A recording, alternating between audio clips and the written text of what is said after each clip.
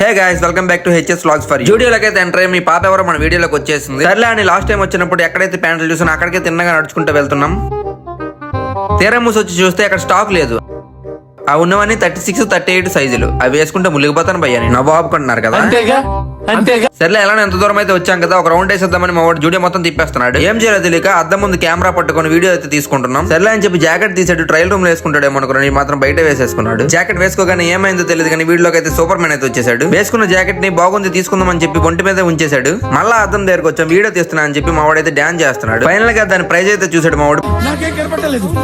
పాపం కళ్ళు పచ్చగా అయినట్టున్నాయి. ఎక్కడ ఉన్నది అక్కడ తీసుకెళ్లి పెట్టద్దని ఫిక్స్ అయిపోయాడు. పాపం తిన్నగా అక్కడికే వెళ్తున్నాడు.